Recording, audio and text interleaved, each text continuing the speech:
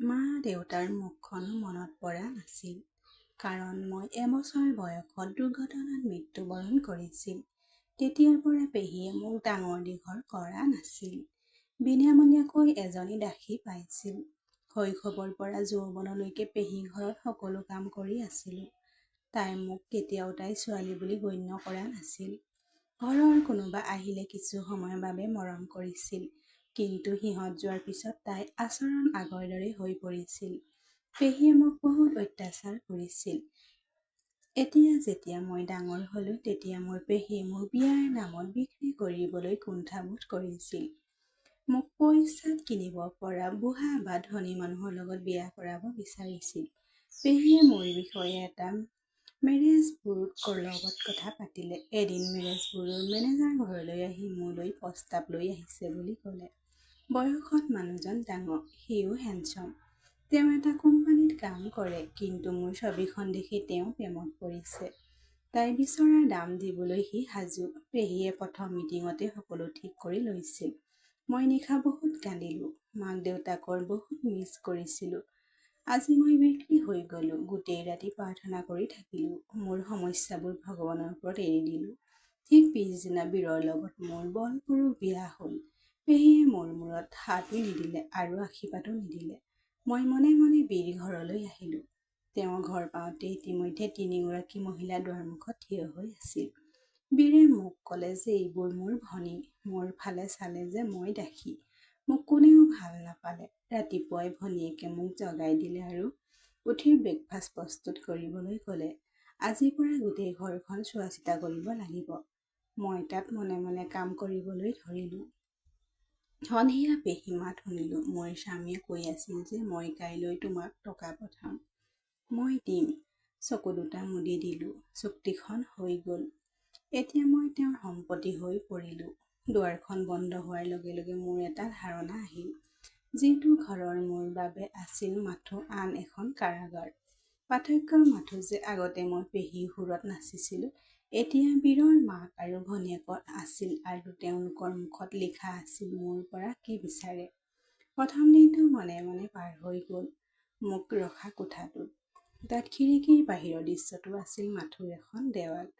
সন্ধিয়া বীৰ আহিল। চকুত মৰম নাছিল। তেনেকুৱা একোৱেই নাছিল। মাথো তেওঁক ভাগৰুৱা যেন লাগিছিল। মোক দেখি তেওঁ ক'লে, তোমাৰ কিবা অসুবিধা হ'ল নেকি? মই মূৰটো জোকাৰিলোঁ, নহয়, ঘৰটো বৰ সৰু। সময়ৰ লগে লগে অভ্যাস হৈ পৰিব, কৈ সি মুখখন সিফাললৈ ঘূৰাই দিলে। মোৰ লগত কথা পাতিবলৈ অহা নাছিল। তেওঁ মাত্ৰ মোৰ সুস্থতাৰ কথা সুধিব বিচাৰিছিল। কাম সম্পূৰ্ণ কৰি শুই পৰিল। পিছদিনা ৰাতিপুৱা সূৰ্য উদয় হোৱাৰ আগতেই দুৱাৰৰ মুখত কোনোবা এজন অহাৰ শব্দ হ'ল। ভনীয়েকৰ মাত আছিল, উঠা, ব্ৰেকফাষ্ট বনাব লাগে। শাহুক ঔষধ দিব লাগে। বাচন বৰ্তনো ধুব লাগে। টোপনি অৱস্থাত সাৰ পালোঁ। খৰধৰকৈ বাথৰুমলৈ গ'লোঁ। গা ধুই চুৰ্ণি লৈ ওলাই আহিলোঁ। ব্ৰেকফাষ্ট বনোৱাত মোৰ অভ্যাস আছিল। কিন্তু ইয়াত সকলো বেলেগ আছিল। বস্তুবোৰ ৰখাৰ ধৰণটো বেলেগ আছিল। মোৰ শাহুৰে ভাল পোৱা আৰু অপচন্দৰ সকলো বস্তুতে দোষ বিচাৰি থাকিল। মোৰ শাহুৰ পাকঘৰৰ দুৱাৰত থিয় হৈ আছিল। হাতত লাঠি এডাল লৈ, মুখত খং। কোন? কি যৌতুক লৈ আহিলা? খালী হাতেৰে আহিছিলা। এতিয়া অন্ততঃ নিজৰ কামবোৰ সঠিকভাৱে কৰা। মই মূৰ তল কৰি বাচন বৰ্তন ধুই হৃদয়ত প্ৰতিশ্ৰুতি দিলোঁ যে মই কাকো অভিযোগ কৰাৰ সুযোগ নিদিওঁ। কিন্তু আগতে তেওঁ নিজেই সুযোগ বিচাৰি পাইছিল। সন্ধিয়া যেতিয়া সকলো খাবলৈ বহিছিল, তেতিয়া মই মনে মনে সকলোৰে সন্মুখত ৰুটি ৰাখিছিলোঁ। শাহুৱে খাই ঠাট্টা মস্কা কৰিলে। বৰ বেছি নিমখ আছে। ঘৰত কেতিয়াও খাদ্য ৰান্ধি পোৱা নাই নেকি? বীৰ মনে মনে বহি থাকিল। তেওঁ সাধাৰণতে সকলো সন্মুখত একো কোৱা নাছিল। মই তেওঁৰ ফালে চাই থাকিলোঁ। হয়তো মোৰ হৈ কিবা এটা ক'ব, কিন্তু তেওঁ মোৰ ফালে চোৱাৰ পৰা বিৰত আছিল। ৰাতি সকলোৱে নিজৰ নিজৰ কোঠালৈ যোৱাৰ লগে লগে বীৰ মোৰ ওচৰলৈ আহিল। মই জানো সকলোৱে আপোনাক বহুত ভুল কথা কয়। মোৰ এই সময় কেতিয়া শেষ হ'ব নাজানো। মোৰ মুখৰ পৰা ওলাই আহিল। সি নিমাত হৈ থাকিল। তাৰ পাছত মৃদুৰভাৱে ক'লে, মা অসুস্থ। মোৰ ভনীহঁত সৰু। সকলো দায়িত্ব মোৰ ওপৰত। মাত্ৰ অলপ বেছি সময় দিয়ক। মই জানিছিলোঁ যে সময় সলনি নহ'ব। এই সকলোবোৰ এনেকৈয়ে থাকিব। পিছদিনা শাহুৱে মোক বজাৰলৈ পঠাই দিলে। আলু পিঁয়াজ লৈ আহিব লগা হ'ল। উভতি অহাৰ সময়ত ঔষধো আনিব লগা হৈছিল। সঞ্চয় কৰাৰ পিছত টকা খৰচ কৰক। আমি ধনী নহয়। বজাৰলৈ যোৱাটো অলপ সময়ৰ বাবে স্বাধীনতা যেন লাগিল। কিন্তু উভতি অহাৰ লগে লগে একেই ঠাট্টা। কিয় ইমান খৰচ কৰিলা? সৰু সৰু কথাও চম্ভালিব নোৱাৰা। হিচাপ দি শাক পাচলি মোনাটো দেখুৱাই দিলোঁ, কিন্তু তাৰ কোনো পাৰ্থক্য নাছিল। সময় পাৰ হ'বলৈ ধৰিলে। দিন, সপ্তাহ, মাহ। এতিয়া ঘৰৰ চুক কোনো গম পাইছিলোঁ। প্ৰতিটো শব্দৰ অৰ্থ বুজি পাইছিলোঁ। শাহুৱে কেতিয়া মোক ঠাট্টা মস্কাৰ কৰিব, কেতিয়া গালিগালাজ কৰিব, ভনীয়ে কেতিয়া অভিযোগ কৰিব, মই সকলো বুজিবলৈ আৰম্ভ কৰিছিলোঁ। কেতিয়াবা ভাবিছিলোঁ যে যদি মই সঁচাকৈয়ে এই ঘৰৰ বোৱাৰী, তেন্তে এই ঘৰখনৰ ওপৰত মোৰ কোনো অধিকাৰ নাছিল নেকি, আৰু মই কোনো বস্তুৰ আশীৰ্বাদ পোৱা নাছিলোঁ। এই সকলোবোৰ মোৰ অংশ নাছিল। কোঠাটোত এটা আলমাৰী আছিল, যাৰ দৰবাত মোৰ সেই পুতলাটো ৰখা হৈছিল। মোৰ শৈশৱতে ভাঙি গৈছিল। কেতিয়াবা মই ভাবিছিলোঁ যে কাৰাগাৰৰ সলনি হোৱাৰ বাবে হয়তো তাইও মোক লৈ হাঁহিব। কিন্তু প্ৰকৃতি একেই আছিল, কেৱল মুখখনহে সলনি হৈছিল। বীৰৰ মৌনতা, শাহুৰেকৰ খং, নন্নৰ মনোভাৱ সকলো মিলি মোৰ প্ৰতিটো উশাহ গধুৰ কৰি তুলিছিল। দিনটো আন দিনৰ দৰেই আৰম্ভ হৈছিল। ব্ৰেকফাষ্ট বনোৱা, ঝাৰু দিয়া, পানী ভৰোৱা আৰু তাৰ পিছত বাচন বৰ্তনৰ থোপা পৰিষ্কাৰ কৰা। প্ৰতিদিনে আগৰ দৰে সকলো একেই আছিল। কিন্তু দুপৰীয়া হোৱাৰ লগে লগে শাহুৰ স্বাস্থ্য হঠাৎ অৱনতি ঘটিল। বহি থাকোঁতে তাই কঁপিবলৈ ধৰিলে। হাতৰ পৰা চাহকাপটো সৰি পৰাত মোৰ মুখখন হেতা হৈ পৰিল। নননৰ মাতটো প্ৰতিধ্বনিত হ'ল। মামী, কি হ'ল? মোক ঔষধ অলপ দিয়া। সেই মই সোনকালে কিবা এটা কাম কৰা উচিত। পাকঘৰৰ পৰা দৌৰি আহিলোঁ। কিন্তু তাই অচেতন হৈ পৰি আছিল আৰু বীৰ গুচি গৈছিল। এক মুহূৰ্ত নষ্ট নকৰাকৈ ওলাই আহিলোঁ। মই ৰিক্সা বিচাৰিবলৈ ধৰিলোঁ। মোৰ বাইদেউ মোৰ লগত আছিল আৰু শাহুক চিকিৎসালয়লৈ লৈ গ'লোঁ। মই বুজিলোঁ যে এই ঘৰখনত যদি সঁচাকৈয়ে মূল্যৱান কিবা আছে, সেয়া মোৰ শাহু। সকলোৱে উশাহ বন্ধ হৈ গৈছিল, কাৰণ তাই অসুস্থ হোৱাৰ লগে লগে ঘৰৰ সকলো কাম কাজ ব্যস্ত হৈ পৰিছিল। ডাক্তৰে শাহুক পৰীক্ষা কৰিলে। কিছুমান টেষ্ট লিখি তাইক সোনকালে ভৰ্তি কৰাবলৈ ক'লে। কিন্তু চিকিৎসালয়ত ভৰ্তিৰ বাবে ধন নাছিল। বীৰক ফোন কৰিলোঁ। মামীৰ অৱস্থা বেয়া। চিকিৎসালয়ত ভৰ্তি হোৱাৰ বাবে ধন খৰচ হ'ব। বীৰৰ মাতটো ভাগৰুৱা হৈ পৰিল। মোৰ একো নাই। অফিচৰ পৰা ছুটী ল'ম। মই কিবা এটা কৰিম। অলপ সময়ৰ ভিতৰতে সি তাত উপস্থিত হ'ল। তাৰ মুখত চিন্তা দেখা গৈছিল, কিন্তু তাৰ হাতত দুখন খালী হৈ পৰিল। বীৰৰ চকীদাৰ হিচাপে কাম কৰা ঠাইখনৰ পৰা ঋণ পোৱাৰ কোনো আশা নাছিল। আমি মাকক ঘৰলৈ ঘূৰাই আনিলোঁ। ঔষধবোৰ চলি থাকিল, কিন্তু শাহুৰ অৱস্থা দিনক দিনে বেয়া হ'বলৈ ধৰিলে। মোৰ ভনী চিন্তাত হৈ পৰিল। তাই মাতটো উশাহ চুটি হৈ পৰিছিল। মামী, কিবা এটা হ'লে আমি কলৈ যাম? বীৰ এৰাতি মোৰ কাষতে বহি তাৰ বাবে চাহ টেবুলত ৰাখিলোঁ। তেওঁ ক'লে যে আপুনি বহুত সাহস দেখুৱালে। ভগৱানৰ কৃপা যে তুমি মোৰ লগত আছা। মই ক'লোঁ মোৰ কৰ্তব্য। সি মূৰটো নমাই দিলে। টকা থাকিলে ভাল আছিল, মাক বচাব পাৰিলোহেঁতেন। কিছুদিনৰ পিছত শাহুৰ মৃত্যু ঘটিল। ঘৰৰ পৰিৱেশ সম্পূৰ্ণ বেলেগ হৈ পৰিল। কিন্তু কিছুদিনী মৌনতা অন্তৰ পাছত নননে কান্দিবলৈ ধৰিলে। চাউনিটো সলনি হৈ গ'ল। য'ত আগতে তাই মাকৰ চান মনে মনে কথা পাতিছিল, এতিয়া তাই অকলশৰীয়া অনুভৱ হৈছিল। তাই বয়স বাঢ়ি আহিছিল আৰু কোনো প্ৰস্তাৱ তাইৰ বাটত অহা নাছিল। বীৰৰ আচৰণো সলনি হ'বলৈ আৰম্ভ কৰিছিল। আগতে সি মনে মনে থাকিছিল, এতিয়া তেওঁ প্ৰায় খং উঠিছিল। এদিন ৰাতি চাহৰ কাপটো টেবুলত ঠেলি দিলে। এতিয়া মোৰ মূৰত সকলো আহিল। মই তেওঁৰ সকলো কথা, খৰচৰ কথা শুনি থাকিলোঁ। আপুনি কেনেকৈ জানিব যে কিমান কঠিন? এই সকলোবোৰ আপোনাৰ সামৰ্থ্যৰ বাহিৰত। তাৰ মাতটো আৰু ডাঙৰ হ'বলৈ ধৰিলে। মই মৃদুৰভাৱে সুধিলোঁ, মই তোমাক কোনো ধৰণে সহায় কৰিব পাৰিমনে? সি হাঁহিলে। আপুনি কি কৰিব পাৰে? আপুনি পঢ়া নাই, চাকৰি নাপাব, মাথো এটা কথা। মই তাৰ মুখলৈ চালোঁ। তাৰ চকুত এটা অদ্ভুত জিলিকনি আছিল, যিটো মই আগতে কেতিয়াও দেখা নাছিলোঁ। আপুনি কি বুজাইছে? মই মৃদুৰভাৱে সুধিলোঁ। হওক, চাহ শেষ চুমুক এটা লৈ সি কোঠাৰ পৰা ওলাই গ'ল। তেওঁ মোক ক'লে, কাইলৈ তুমি মোৰ লগত মোৰ অফিচলৈ যাব লাগিব।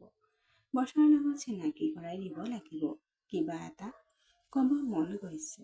হয়, পাৰ্টিলৈ যোৱাৰ দৰে সাজু হোৱা উচিত। ভাল কাপোৰ পিন্ধিব বুজি নাপালোঁ যদিও মনে মনে থাকিলোঁ। পিছদিনা ৰাতিপুৱা মোক বজাৰলৈ লৈ গ'ল চুট এটা কিনি দিলে। তেওঁ মোক এই চুটটো পিন্ধিবলৈ কৈছিল, কিন্তু কেৱল পৰিষ্কাৰ হৈ থাকক। সন্ধিয়া ঘৰলৈ উভতি আহোঁতে নননে মোক কৈছিল যে মই চুট পিন্ধিব লাগে। মই আচৰিত হৈ পৰিলোঁ। কি হ'ল? বজাৰলৈ কিয় গ'ল? মই কোনো উত্তৰ নিদিলোঁ। পিছদিনা ৰাতিবিৰে আকৌ সোঁৱৰাই দিলে, কাইলৈ সাজু থাকিব। আমাৰ সময় সলনি হ'ব পাৰে, অলপ সাহস গোটালে সকলো সলনি হৈ যাব। মই তেওঁৰ কথা শুনিলোঁ যদিও হৃদয়ৰ কথা ভয় শিতাপি লৈছিল। বীৰে মোক লৈ অফিচলৈ বাহিৰত বাইকৰ পৰা নামি আহিল। সন্ধিয়া সময় আহিল। বতৰত অলপ উষ্ণতা আছিল, কিন্তু মোৰ ভিতৰত আছিল এক অদ্ভুত অস্থিৰতা। মই সুধিলোঁ, ইয়াত কাক লগ কৰিব লাগিব? সি পোনে পোনে আগলৈ চাই ক'লে যে এওঁ বছ। তেওঁ ক'লে যে তেওঁ তোমাক চাব বিচাৰে, কাৰণ তাৰ বছে মোক কিয় চাব বিচাৰে। সেইটো সন্ধিয়া। এতিয়া মোৰ ভিতৰত বহুত ভাঙি গৈছিল। মোক কি হ'ব সেই কথা মই জানিব পাৰিছিলোঁ। মোৰ খোজবোৰ ৰৈ গ'ল। বীৰে মোৰ ফালে মুখ ঘূৰাই ক'লে, বছক তোমাৰ প্ৰয়োজন। এইবোৰ কথা পিছত কথা পাতিব। মই উপকৃত হ'ম। মোৰ প্ৰমোচন পাব পাৰে, দৰমহা বৃদ্ধি পাব পাৰে। এই সকলোবোৰ কথা তেওঁ খঙতে ক'লে। আপোনাৰ কোনো সমস্যা হৈছে নেকি? মাত্ৰ এবাৰ লগ হ'ব লাগিব। এই সকলোবোৰ মোৰ ভাল নালাগে। সি মোক গালি পাৰিলে। টেনশ্যন দেখুৱাব নালাগে, নহ'লে মোৰ 1 মিনিটো সময় নালাগিব যে তুমি পেহী ঘৰলৈ উভতি যাবলৈ। আপুনি পাহৰি গৈছে তাই মোক কেনেকৈ বিক্ৰী কৰিলে। মোৰ ভৰি দুখন যেন মাটিত ডুব গৈছিল। তোমাৰ সৌন্দৰ্যৰ বাবে মই তোমাক কিনিছিলোঁ। এতিয়া তুমি মোৰ দাস হয়। তেওঁ গ'লগৈ। মোক এৰি একো নোকোৱাকৈ ৰাতিটো কটালে। বছৰ অফিচৰ ভিতৰত সোমাওঁতে তাত কোনো নাছিল। এজন ছাৰক আহি ক'লে, তুমি ইয়াত বহা। বছৰ কাম শেষ হ'লে আপোনাক মাতিব। মোৰ হাতত পবিত্ৰ কিতাপ এখন থৈ ক'লে, আপুনি ইয়াত বহি এইখন পঢ়িব পাৰে। মোৰ সন্মুখত খাদ্য সামগ্ৰী ৰাখি সি উভতি গ'ল। কিতাপখন পঢ়ি থাকিলোঁ। বৰ শিথিল অনুভৱ কৰিলোঁ। ৰাতিপুৱা হ'ল, ঠিক সন্মুখতে এটা মন্দিৰ আছিল। মই প্ৰাৰ্থনা কৰিবলৈ আৰম্ভ কৰিলোঁ আৰু তাৰপিছত ঘৰলৈ উভতি আহিলোঁ।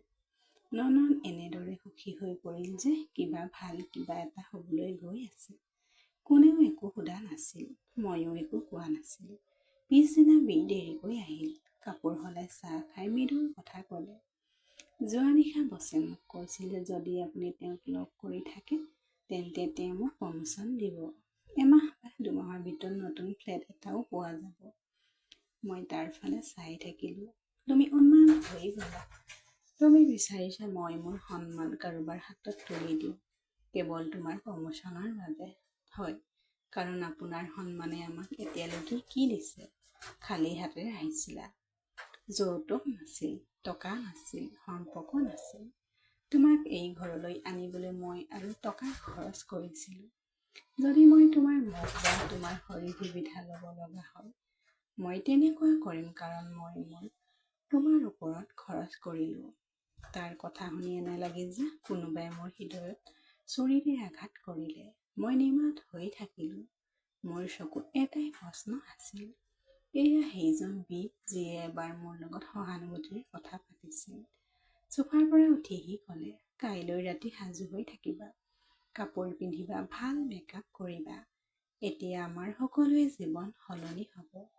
মই তাক বাধা দিবলৈ চেষ্টা কৰিলোঁ। বীৰ, প্লিজ, মই তোমাৰ পত্নী, মোৰ লগত এনে নকৰিবা। তেওঁ উত্তৰ দিলে, মই তোমাৰ সহায় বিচাৰিছোঁ কাৰণ তুমি মোৰ পত্নী, নহ'লে বিবাহ বিচ্ছেদ সাজু হৈছিল আৰু মই তোমাক তোমাৰ পেহী ঘৰত থৈ আহিম। আকৌ একেই বাচন, একেই ঝাৰু, একেই ৰাস্তা। গোটেই ৰাতিটো সাৰ পাই কটালোঁ। চকুমুদিয়ে সেই পেহী ঘৰখন মোৰ সন্মুখত উপঙিবলৈ ধৰিলে। সেই উচ্চ মাত, দৈনিক মাৰপিট। সিপাৰে বীৰ আছিল, যিয়ে মোৰ মৰ্যাদাক দামৰ হিচাপত জোকাৰি আছিল। পিছদিনা সন্ধিয়া নতুন চুট এটা আনি মোৰ হাতত তুলি দিলে। পিন্ধি সাজু থাকক, যিমানে ভাল সিমানে লাভৱান হ'ব। মই সেই ড্ৰেছটো পিন্ধিছিলোঁ। ৰুমলৈ গ'ল, দুৱাৰখন বন্ধ কৰি দিলে। আইনাখনৰ সন্মুখত থিয় হ'লোঁ। নিজৰ ফালে চালোঁ। কিছু সময় চকু দুটা তললৈ নমাই দিলোঁ। তাৰপিছত মই মনতে ক'লোঁ, মই এতিয়া মাত্ৰ এটা পুতলা। বীৰে দুৱাৰৰ ঘণ্টা বজাবলৈ ধৰিলে। যাওঁ, দেৰি হৈছে। মই সাজু হ'লোঁ, যেন কোনোবা সিদ্ধান্ত নাছিল। যেন মই পুতলা, ইঙিতেৰে আগবাঢ়ি যাওঁ। সন্ধিয়া তাত উপস্থিত হ'লোঁ। আজিও একেই ঘটনা ঘটিল। কাৰণবশত মই কেতিয়াও দেখা নাছিলোঁ। এই সকলোবোৰ কি হৈ আছিল মোৰ কোনো ধাৰণা নাছিল। সি মোক সদায় দৰে বাইকত উঠাই লৈ যাব। গোটেই যাত্ৰাত তেওঁ কথা পতা নাছিল, চকুৰ সংস্পৰ্শও কৰা নাছিল। যেন মই কিবা এটা লাগেজ। আমি গেট পাই বীৰে বাইকখন ৰখাই মোক চোতাললৈ লৈ গ'ল। আকৌ এবাৰ একেই দাসী, একেই কথা, আপোনাৰ পত্নীক ইয়াতে এৰি দিয়ক। ভিতৰলৈ সোমাই গ'লো। সেই মুহূৰ্তটো মোৰ জীৱনৰ গতিপথ সলনি কৰিবলৈ ওলাইছিল। মোৰ ফালে পিঠি দি চোফাত বহি থকা মানুহ এজন আছিল। ফোনত কথা পাতি আছিল তেওঁ। বছ ঘূৰি অহাৰ লগে লগে মোৰ উশাহ বন্ধ হৈ গ'ল। সন্মুখত থকাজন মোৰ শৈশৱত কাহিনী কোৱা মোৰ ওচৰ চুবুৰীয়া। সেইজনে আগতে ঘৰৰ বেৰত মোৰ নাম লিখিছিল। আৰু তাৰপিছত হঠাৎ এদিন সি বিদেশলৈ গুচি গ'ল। তাৰপিছত তেওঁ কেতিয়াও ঘূৰি নাহিল। কিন্তু দুখ লিখা হ'ল যে মোৰ ভাগ্যত। ৰাজ, এই কথাবোৰ মোৰ মুখৰ পৰা ওলাই আহিল। মই উঠি আহিলোঁ যেন তেওঁ ইতিমধ্যে গম পাইছে। সীমা, অৱশেষত তুমি নিজেই আহিছা। মোৰ খোজবোৰ নিথৰ হৈ পৰিল। মাতটো একেই আছিল। মই মাত্ৰ এটা শব্দ ক'লোঁ, আপুনি? চোফাত বহি সি দীঘলকৈ উশাহ এটা ল'লে। হয়, ময়ে তোমাক এবাৰ বচাব বিচাৰিছিলোঁ, কিন্তু পৰাজিত হ'লোঁ। মই নিমাত হৈ থাকিলোঁ। মই মাথো চাই থাকিলোঁ আৰু ক'লোঁ, তোমাৰ মনত আছেনে শৈশৱত যেতিয়া তুমি পেহী মাৰপিট ভয়ত মোৰ ঘৰত লুকাই আছিলা? আগতে মই তোমাক চকলেট দিছিলোঁ। চকু দুটা তললৈ নমাই দিলোঁ। এইটো কিয় এনেকুৱা হৈছে? কিয় এই খেলখন হৈছে? ৰাজে মৃদুৰভাৱে ক'লে। মই উভতি আহোঁতে শুনিলোঁ তোমাৰ বিয়া হৈ গৈছে। তাৰপিছত এদিন তোমাক হস্পিটেলত দেখি তোমাৰ স্বামীয়ে মোক দেখুৱাই দিলে। তেওঁ নিজেই তোমাৰ কথা কৈছিল। মই বৰ আচৰিত হৈ তেওঁৰ ফালে চালোঁ। ৰাজৰ কণ্ঠত ঘৃণা সৃষ্টি হৈছিল। হয়, তেওঁ তোমাৰ সৌন্দৰ্যৰ প্ৰশংসা কৰি আছিল। মই তেওঁক চেষ্টা কৰিবলৈ ক'লোঁ, যদি মই আপোনাৰ লগত এৰাতি সাক্ষাৎ কৰিবলৈ কওঁ, তেন্তে তেওঁ খৰধৰকৈ বিচাৰিলে। মোৰ হাত দুখন কঁপিবলৈ ধৰিলে। কিন্তু মই সিদ্ধান্ত ল'লোঁ, মই তোমাক আৰু সেই বিক্ৰেতাসকলৰ মাজত থাকিবলৈ নিদিওঁ। বীৰক এই খেল খেলিবলৈ দিলোঁ, যিটো তেওঁ আশা কৰিছিল। কিন্তু আপোনাক স্পৰ্শ কৰাটো এটা দৰৈ ধাৰণা আছিল। মই তোমাৰ সন্মুখত অহা নাছিলোঁ কাৰণ তোমাৰ মুখামুখি হোৱাৰ সাহস নাছিল। মই অনুন্নিতভাৱে ক'লোঁ যে টকাখিনি কেৱল তেওঁৰ কামনা পূৰণৰ বাবেহে, যাতে তেওঁ ইয়াত সকলো ঘটি আছে বুলি ভাবিব বাৰে বাৰে ইয়ালৈ পঠাই দিয়ে। কিন্তু আচলতে মই তোমাৰ বীৰৰ পৰা মুক্ত কৰিবলৈ সাজু হৈছিলোঁ। মই মনে মনে থিয় হৈ থাকিলোঁ, চকুত প্ৰশ্ন লৈ। মোৰ হৃদয় স্পন্দন তীব্ৰ হৈ আছিল। কিন্তু এতিয়া কি বিচাৰে? ৰাজৰ চকুত আগৰ শৈশৱৰ দৰে আৰ্দ্ৰতা আছিল। মই নিজকে সুধিলোঁ, মই এতিয়াও পুতলা নেকি? ভয় নকৰিবা। দুৱাৰ সন্মুখত সামান্য শব্দ এটা হৈ বীৰ থিয় হৈ আছিল। তাৰ মুখখন হেঁচা হৈ পৰিছিল কাৰণ আজি মই তাক নোকোৱাকৈ ইয়ালৈ আহিছিলোঁ। এই খেলখনলৈ মই প্ৰতিদিনে ভাগৰি পৰিছিলোঁ। সঁচা কথা জানিবলৈ মন গ'ল। আটাইবোৰৰ পিছতো বছ কোন? মই ক'লোঁ, তুমি ইয়াত আছা। ৰাজে উঠি আহি ক'লে, তুমি ইয়াৰ পৰা যাব পাৰিবা। চাকৰিৰ পৰা বৰ্খাস্ত কৰা হৈছে। বীৰে মোৰ ফালে চালে। তুমি মোৰ সন্মান নষ্ট কৰিলা। মই তেওঁৰ চকুলৈ চাই মৃদুৰ উত্তৰ দিলোঁ। বীৰৰ জিভাৰ বন্ধ হৈ গ'ল। সি মনে মনে ওলাই গ'ল। ৰাজে দুৱাৰখন বন্ধ কৰি ক'লে, এতিয়া সেই সিদ্ধান্ত ল'ব লাগিব, যিটো সদায় তোমাৰ পৰা কাঢ়ি লোৱা হৈছে। এতিয়া এই জীৱন তোমাৰ। প্ৰথমবাৰৰ বাবে মূৰটো ওপৰলৈ তুলি ক'লোঁ যে আজি প্ৰথমবাৰৰ বাবে এনেকুৱা অনুভৱ হৈছে। মই কথা ক'ব পাৰোঁ। ৰাজে লঘু হাঁহি এটা মাৰি ক'লে, তাৰপিছত কোৱা, তুমি কিয় মনে মনে আছা? এতিয়া তুমি পুতলা নহয়। দুৱাৰখন বন্ধ হৈ আছিল। মোৰ সন্মুখত ৰাজ বহি আছিল। কিছু মুহূৰ্তৰ বাবে নিস্তব্ধতা। মোৰ হাত দুখন ঠাণ্ডা হ'বলৈ ধৰিলে, যেন কোঠাটোৰ বতাহ এঠাইত ৰৈ গ'ল। টেবুলত ৰখা ফাইল এটা মোৰ ফালে আগবঢ়াই দিলে। এইটো বীৰৰ জব ফাইল।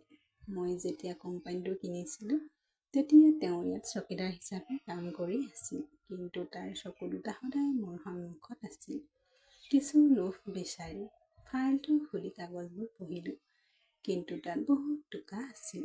মোৰ মুখখন আৰু মোৰ বিষয়ে বীৰৰ কথা লিখা আছিল। ৰাজে ক'লে, যিদিনা তুমি প্ৰথমবাৰৰ বাবে মোৰ অফিচত বহি আছিলা, সেইদিনা মই তোমাক দেখিছিলোঁ। তোমাক চিনি পাবলৈ মোৰ অলপ সময় লাগিল, আৰু সেই সময়ত বীৰক ফোন কৰি ইচ্ছাকৃতভাৱে এই সকলোবোৰ কথা ক'লোঁ, যাতে তেওঁ কি কৰিব সেয়া মই চাব পাৰোঁ। মোৰ মাজেৰে শিহৰণ এটা দৌৰি গ'ল। সি খৰধৰকৈ মান্তি হ'ল। মই উশাহ বন্ধ কৰি ৰাখিলোঁ। বছৰ বছৰ ধৰি পাহৰি যোৱা মোৰ সন্মুখত বহি থকা মানুহজন মোৰ শৈশৱৰ বন্ধু হৈ পৰিল, আৰু যাৰ লগত মই জীৱন কটালোঁ সেইজন দাম উল্লেখ কৰিছিল। ৰাজে ক'লে, মই বিচাৰিছিলোঁ তুমি নিজে সিদ্ধান্ত লোৱাৰ সুযোগ পাবা।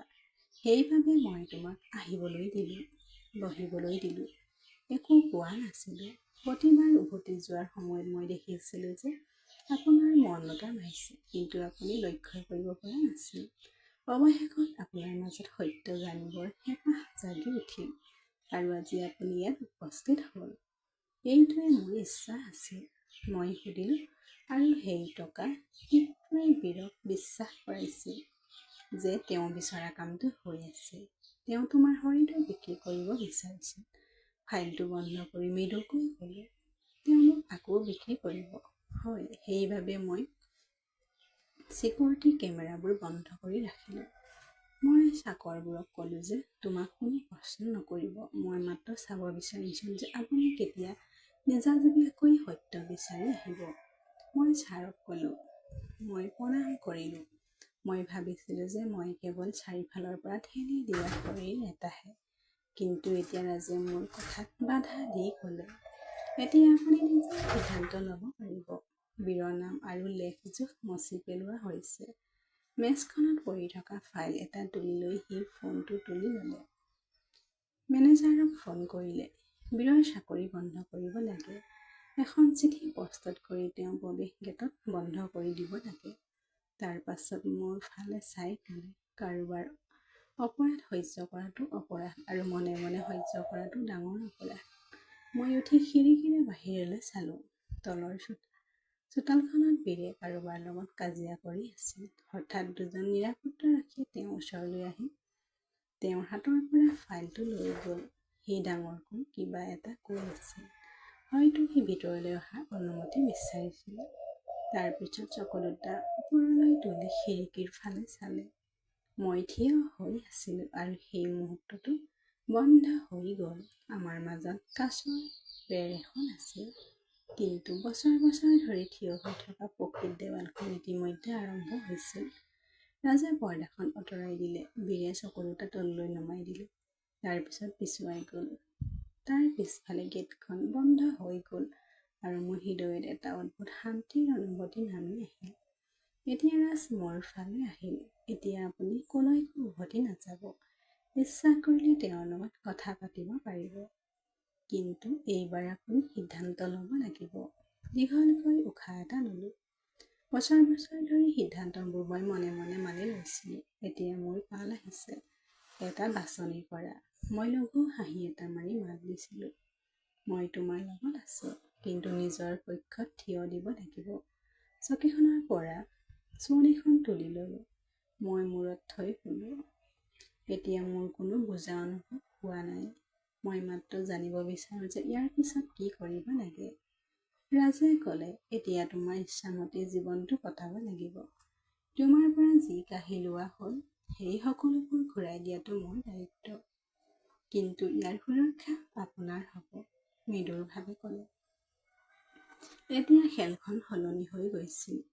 এতিয়া সকলোৱে মুখ খোলা হৈ পৰিল। এতিয়া মই কাৰো আদেশ মানি চলিব পৰা পুতলা নাছিলোঁ। ৰাজে মোক গাড়ীত বহিবলৈ দিলে। খিৰিকীৰে বাহিৰত চহৰৰ পোহৰ বিয়পি পৰিছিল, কিন্তু অন্ততঃ কিবা এটা অদ্ভুত কথা লুকাই আছিল। গাড়ীখন ৰাস্তাত চলি আছিল, কিন্তু সেই মুহূৰ্তবোৰ মোৰ মনত বন্ধ হৈ গৈছিল। যেতিয়া বীৰৰ পৰা সকলো কাঢ়ি লোৱা হ'ল, সেই অহংকাৰ, সেই শক্তি যিয়ে মোৰ শৰীৰৰ মূল্য দিছিল। আমি ভাল এলেকাত প্ৰৱেশ কৰিলোঁ। ৰাজে ক'লে, ক'ত যাব বিচাৰা? যদি ইচ্ছা কৰা মোৰ ঘৰলৈ যাব পাৰা, তাতেই কেইদিনমান থাকিবা। তাৰপিছত আপুনি যি বিচাৰে সিদ্ধান্ত লওক। মই কেইমুহূৰ্তমান গোপনে তেওঁৰ ফালে চালোঁ। এতিয়া মোৰ বাবে কেৱল তোমাৰ সত্যটোৱেই গুৰুত্বপূৰ্ণ। ৰাজে মনে মনে গাড়ীখন ঘূৰাই দিলে। সৰু ধুনীয়া বাংলোৰ এটা বাহিৰত ৰৈ গ'ল। দুৱাৰৰ মুখত এগৰাকী বৃদ্ধা থিয় হৈ আছিল। মোক আদৰি জনোৱাৰ হ'ল। চাহাব কোন? এয়া মোৰ দায়িত্ব। ৰাজে দিয়া উত্তৰটো আছিল সন্মানেৰে ভৰা। এই ভদ্ৰ মহিলাগৰাকী মোৰ মূৰত হাত থৈ দিলে। তাই ক'লে, ছোৱালী, তুমি নিৰাপদে আহিছা নহয়? মোক কোঠাটোৰ ভিতৰত মাতি অনা হ'ল। এটা অতি সহজ কোঠা আৰু পৰিষ্কাৰ। ৰাজ চোফাত বহিলে। মই তাক চাই আছিলোঁ। সকলো একেই যেন এক মুহূৰ্তৰ বাবে অস্থিৰ অনুভৱ কৰা নাছিলোঁ। এতিয়া মোৰ ইচ্ছাৰ দুৱাৰখনেহে খুলিবলৈ বাকী আছিল। কিছু সময় পাছত সি দুৱাৰৰ ওচৰ পালেহি। সাজু হওক, আহি কিবা এটা খাওক। দুৱাৰখন খুলি দিলোঁ। প্ৰথমবাৰৰ বাবে মোৰ অন্তৰৰ পৰা সকলো যে মোৰ ভোক লাগিছে। ৰাজে হাঁহিলে। এইটোৱে শুনিব বিচাৰিছিল। মই ৰাজৰ লগত ডাইনিং টেবুলত বহি আছিলোঁ যদিও আপুনি বিচাৰে মই নিজে বিবাহ বিচ্ছেদ কাগজত চহী কৰিম। আইন আমাৰ লগত আছে আৰু তেনেকৈয়ে মই ক'লো বিবাহ বিচ্ছেদ কৰা হৈছে। যিজনে মোৰ সন্মানক কেৱল এটা লাভ বুলি ভাবিছিল, বীৰে মাত দিলে, হয়, এইবাৰ আপুনি সিদ্ধান্ত ল'ব, আন কাকো নহয়। ৰাতি হৈছিল। কোঠাটোৰ খিৰিকীৰে চন্দ্ৰ পোহৰ সোমাই আহিছিল। ৰাজ চোতালত বহি আছিল। হয়তো সি ৰৈ আছিল। দুৱাৰৰ ফালে চাই সি ভাবিলে যে হয়তো এই জীৱনটো এতিয়া মোৰ নিয়ন্ত্ৰণত, আৰু এইটোৱে আছিল মোৰ প্ৰথম ন্যায়। নতুন পেজৰ দৰে ৰাতিপুৱা আহিল। কোঠাটোৰ লাহে লাহে পোহৰ বিয়পি আহিছিল। কিন্তু মোৰ ভিতৰত যে ইতিমধ্যে আন কিবা এটা পোহৰ হৈ উঠিছে। চাদৰ এখনেৰে ঢাকি দি দুৱাৰখন খুলি দিলোঁ। চোতালত বহি থকা ৰাজক পাইছিলোঁ। তেওঁৰ ফালে এটা ফাইল এটা পঢ়ি আছিল। মই ক'লো, আজি আমি উকিলজনক লগ কৰিব পাৰোঁনে? মূৰটো নুঠাকৈ আচৰিত হৈ ক'লে, মই ইতিমধ্যে এপইণ্টমেণ্ট লৈছোঁ। আপুনি যেতিয়া মন যায় আমি যাব পাৰোঁ। গাড়ীত গৈ থাকোঁতে আমি বেছি কথা পতা নাছিলোঁ। বাটত আঙুলি নখবোৰ চাই থাকিলোঁ, যাৰ ওপৰত সময়ৰ লগত কোনো ৰং বা কোনো পোহৰ নাথাকিল। অফিচ পোৱাৰ পিছত উকিলে কাগজ এখন বিচাৰিলে। আমি কাগজখন দিলোঁ। ৰাজে সকলো চম্ভালি ল'লে। কিন্তু মোৰ অনুমতি অবিহনে এটা শব্দও কোৱা নাছিল। উকিলে ক'লে, সীমা, তুমি বীৰৰ পত্নী নেকি? মই ক'লো, নাই, সেইটো আছিল মোৰ বেয়া সপোন, যিটো মই পাহৰি যাব বিচাৰোঁ, আৰু আজি এই সপোনটো আঁতৰাব বিচাৰিছোঁ। মোৰ এতিয়া জীয়াই থাকিব মন গৈছে। উকিলে আৰু একো সোধা নাছিল। মনে মনে কাগজবোৰত চহী কৰিলে। ৰাজে লাহেকৈ হাঁহি এটা মাৰি আৰু উকিলে কলমটো ঘূৰাই চাই চহী কৰিবলৈ ঠাইখন দেখুৱালে। কলমটো তুলি লৈ কোনো ভয় নোহোৱাকৈ চহী কৰিলোঁ। বছৰ বছৰ ধৰি হৃদয়ত শিলৰ দৰে ৰখা সকলো কথাই লিখা হৈছিল। অধিবক্তাই ফাইলটো বন্ধ কৰি দিলে। এতিয়া কেৱল জাননীখনহে বাকী আছিল। কেইদিনমানৰ পিছত আপোনাৰ বিবাহ বিচ্ছেদ আইনগতভাৱে কৰা হ'ব। মই নিমাত হৈ পৰিলোঁ। মই সুধিলোঁ, এই সকলোবোৰ পেহীক কওঁ নেকি? ৰাজে ক'লে, মই কি কৰিম? কিন্তু এইবাৰ তেওঁ শুনিব আৰু বুজিব, আৰু আপুনি আৰু তেওঁৰ কৃপাত নাথাকিব। সন্ধিয়া আমি পেহী দুৱাৰত থিয় হৈ আছিলোঁ। দুৱাৰখন খোল খালে। তাই আমাৰ ফালে আচৰিত হৈ খন্তেক সময়ৰ বাবে চালে। তাৰপিছত তাই আমাক ভিতৰলৈ আহিবলৈ ইংগিত দিলে। পুৰণি চোফাখনত বহি থকাৰ লগে লগে ৰাজে প্ৰত্যক্ষ প্ৰশ্ন এটা সুধিলে, পেহী, তুমি সীমাক যি কৰিলা সেয়া সহ্য কৰিব পৰা নহয়। তাই চকু দুটা সৰু হৈ পৰিল। তাই সীমালৈ চালে। তাৰপিছত তাই মৃদুৰভাৱে ক'লে, মোৰ ভুল হৈছিল। সেই সময়ত সমস্যাবোৰ বেলেগ আছিল। ৰাজে তাইৰ কথাত বাধা দিলে। এজন ব্যক্তিৰ ওপৰত মূল্য দিয়াৰ আপোনাৰ কেতিয়াও কোনো অধিকাৰ নাই। তুমি তাইক বিক্ৰী কৰা উচিত নাছিল। এতিয়া যদি আপুনি তাইৰ সন্মতি অবিহনে আকৌ এনেকুৱা কিবা কৰে, তেতিয়া মই পাহৰি যাম যে আপুনি এসময়ত মোৰ ওচৰ চুবুৰীয়া আছিল। পেহীৰ চকু দুটা কোমল হৈ পৰিল। তাই মোৰ সন্মুখত হাত দুখন ভাঁজ কৰিলে। সীমা, মোক ক্ষমা কৰি দিবা। মই মাত দি হ'বলৈ উপযুক্ত নাছিলোঁ। তাই বেকা হাত দুখন স্পৰ্শ কৰা নাছিলোঁ যদিও একো কোৱা নাছিলোঁ। মই মাত্ৰ কৈছিলোঁ যে মই তোমাক ক্ষমা কৰি দিলোঁ, কিন্তু আস্থা পুনৰ লাভ কৰিব নোৱাৰি। ৰাজে ক'লে, আমি যাওঁ। পেহী পিছুৱাই গ'ল। তাৰ মুখত অনুশোচনাৰ ৰেখাবোৰ স্পষ্টকৈ দেখা পালোঁ। পিছদিনা মই আধাৰ কাৰ্ড শুধৰাই দিলোঁ। নতুন মোবাইল এটা পালোঁ। এইবাৰ বাৰে বাৰে মোৰ বেংক একাউণ্ট খুলিলোঁ। ৰাজে একো সোধা নাছিল। তেওঁ মাত্ৰ এবাৰহে কৈছিল, এই সকলোবোৰ আপোনাৰ অধিকাৰ আৰু আপোনাৰ ইয়াৰ লোৱাৰ সম্পূৰ্ণ অধিকাৰ আছে। সৰু ঘৰ এটা কিনিলোঁ। কম্পিউটাৰ পাঠ্যক্ৰম এডমিশ্যন লৈছিলোঁ। কম্পিউটাৰ অধ্যয়ন কৰিলোঁ। লাহে লাহে ৰাজৰ কোম্পানীত কাম কৰিবলৈ ধৰিলোঁ। ৰাতিপুৱা নিজেই চাহ বনালোঁ। সন্ধিয়া কিতাপ পঢ়িছিলোঁ। এদিন বীৰৰ ভনীয়েকে ফোন আহিল। তাই আচৰিত হৈ মোক সুধিলে, ক'ত আছা বৌ? দাদাই মোক একো নকয়, তুমিও নোহোৱা হৈ গ'লা। মই এটা চুটি উত্তৰ দিলোঁ, তোমালোকে মোক দিয়া জীৱনটো মিছা আছিল। এতিয়া মই বাস্তৱ জীৱনটো জীয়াই আছোঁ। তাৰ পিছত ফোনটো ছুইচ অফ কৰিলোঁ। মোৰ অন্ততঃ সিহঁতৰ কোনো স্থান নাছিল। বীৰ মোৰ বিবাহ বিচ্ছেদ হৈছিল। এতিয়া মোৰো তেওঁৰ লগত কোনো সম্পৰ্ক নাছিল। এতিয়া ময়ো কাকো ভয় কৰা নাছিলোঁ। মই মোৰ ফালৰ পৰা ৰাজক প্ৰপ'জ কৰিলোঁ। তেওঁ অত্যন্ত সুখী হৈ পৰিল। বিয়াৰ দিনটো ওচৰ চাপি আহিছিল। কোনো হুলস্থুল, কোনো শব্দ নাই। ৰাজে ক'লে, আপুনি যি পিন্ধিব ধুনীয়া দেখা যাব। আপুনি বিচাৰে পিন্ধিব পাৰে। মই মোৰ কাপোৰ পিন্ধিলোঁ। মই মাত্ৰ মাৰ সৰু আঙুঠিটো পিন্ধিছিলোঁ, যিটো বহু বছৰ পিছত পুৰণি ট্ৰাংক এটাত পাইছিলোঁ। বিয়াৰ ৰীতি নীতি সম্পূৰ্ণ হ'ল। মই এতিয়া ৰাজৰ কন্যা হৈ পৰিলোঁ। ৰাজ বৰ সুখী হৈ পৰিল। ময়ো বৰ সুখী হৈছিলোঁ। সেই নিশা আমাৰ মাজত একো নহ'ল। আমি মাত্ৰ ইজনে সিজনক চাই থাকিলোঁ। ইজনে সিজনক বুজিবলৈ চেষ্টা কৰি থাকিলোঁ। এনেকৈয়ে বহু দিন পাৰ হৈ গ'ল। কিন্তু ৰাজৰ এনে কোনো পৰিৱৰ্তন মই দেখা নাপালোঁ। তেওঁ প্ৰতিদিনে বিভিন্ন ধৰণৰ কথা পাতিছিল। তেওঁ সদায় সুখী আছিল। এদিন মই তেওঁক সুধিলোঁ, ৰাজ, তুমি মোক ভাল নোপোৱা নেকি? তেওঁ মোক এটা শব্দৰ ডাঙৰ ভুল ক'লে। মই আচৰিত হৈ তেওঁৰ ফালে চালোঁ। আপোনাৰ মতামত কি? মোৰ বাবে তুমি ঈশ্বৰ, কিন্তু মই সুধিব বিচাৰোঁ, মোৰ ভগৱানে তেওঁৰ ভক্তক ভাল পায়নে নাই?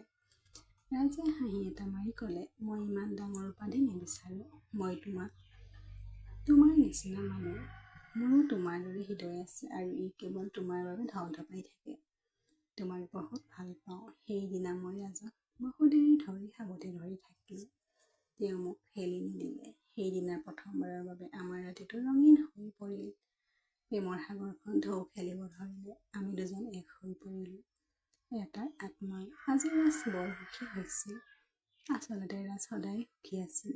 ৰাজৰ লগত তেওঁ অফিচত কাম কৰিছিলোঁ। এদিন অফিচত বহি আছিলোঁ। ঠিক তেতিয়াই মোৰ মোবাইলত এটা অজ্ঞাত নম্বৰৰ পৰা ফোন এটা আহিল। ফোনটো তুলি লওঁতে বীৰৰ ভনীয়েকে ক'লে, তাই মাতটো চিনি পালোঁ। তাই ক'লে, বীৰ অতি অসুস্থ আৰু তেওঁ আপোনাৰ ওচৰত ক্ষমা খুজিব বিচাৰে। মই কৈছিল যে মোৰ কোনো সম্পৰ্ক নাই। বীৰৰ লগত মোক তাৰ ক্ষমাৰ প্ৰয়োজন নাই। মই ফোনটো কাটি দিলোঁ। ৰাতিপুৱাৰ পৰাই মোৰ অদ্ভুত লাগিছিল। এই কথা ৰাজক কওঁতে তেওঁ মোক ডাক্তৰৰ ওচৰলৈ লৈ গ'ল। ডাক্তৰে চেক কৰি মোক ক'লে যে মই গৰ্ভৱতী। মোৰ গৰ্ভত এজন নহয়, যমজ সন্তান আছে। তাৰ বাবে আপুনি বহুত সাৱধান হ'ব লাগিব। বিচনাত জিৰণি লোৱাৰ প্ৰয়োজন। এই কথা শুনি ৰাজ বৰ সুখী হৈ ডাক্তৰে কোৱা সকলো সাৱধানতা মানি চলিলে। তেওঁ মোক বিচনাৰ পৰা নামিবলৈ নিদিলে। আৰু 9 মাহ পিছত মই যমজ সন্তান, এজনী কন্যা আৰু এজন ল'ৰাৰ সন্তান জন্ম দিলোঁ। 2টা সন্তান জন্ম হৈছিল অপাৰেশ্যনৰ জৰিয়তে। ইয়াৰ পিছত মই কোনো সন্তান বিচৰা নাছিলোঁ। এতিয়া আমাৰ জীৱনটো সুখী হ'বলৈ ধৰিলে।